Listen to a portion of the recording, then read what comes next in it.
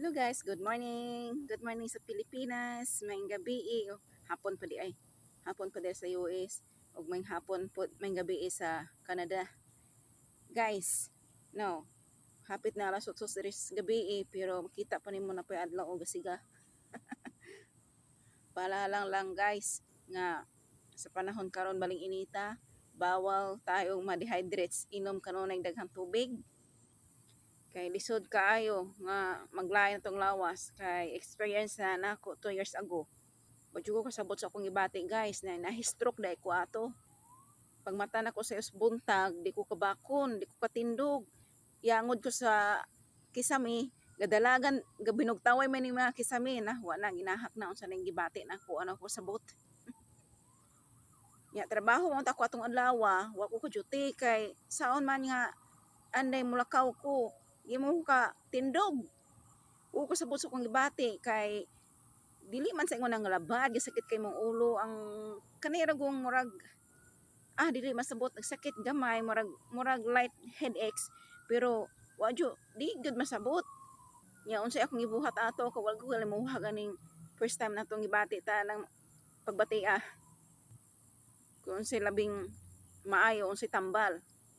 Kaya akong gibati ato aligwasa nga init kay akong lawas niya dili man ingon ang labad akong ulo nang mura kog hubog ini tindog magdukan-dukan ko nga gabinugtaway ning kisame nga balin akong sinuka ato nang wa ko ilaing gibuhat gigugol na ko unsay angay buhaton ang gingon dito nga na muna imong gibati na heat stroke di ay ko ay pasila nang banyaga kayo guys san dili makaya akong lawas pero ninang kamot ko gugol.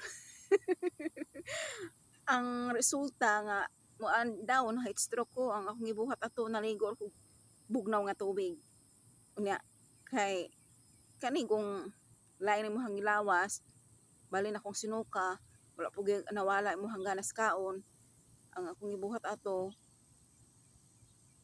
higda ko bisan basa pa akong buhok na higda ko mga alas 6 sa buntag pagod yan igong na alimukawan ko kay nihigda ko lagi kay higda po lagi tangali ta katulog kay di good mahimutang imong gibati o di good masabtan tong naumpayan akong gibati mga alas 11 akong gibuhat ato kaong sinabawan noodle soup mo jud toy gikaon ako di jud ko malimot ato nga ang kanidi ay noodle soup sinabawan tambal puden as imong gibati.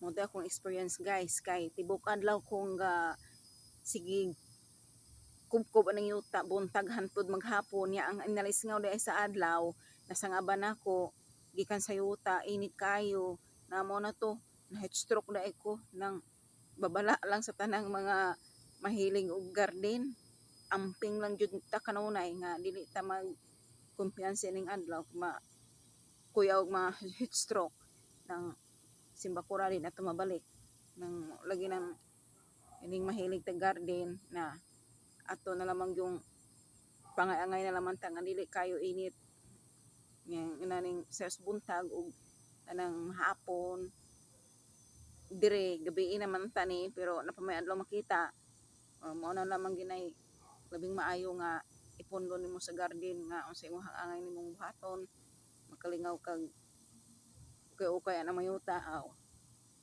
wa ingon anargo na nang amping ra to kanunay guys ining panahon karon nga baling inita inom daghang tubig kay mao ra ginay ato ang labing maayo nga dili ta ma-dehydrates kung lawas kinahanglan og tubig kay permitang panington nang mao ra to ako ang life story nga na-share nako sa inyo ha naot nga mahatagan ninyo ni og pagtulunan ako ang experience. Mao to guys, amping kanunay. God bless. Bye-bye.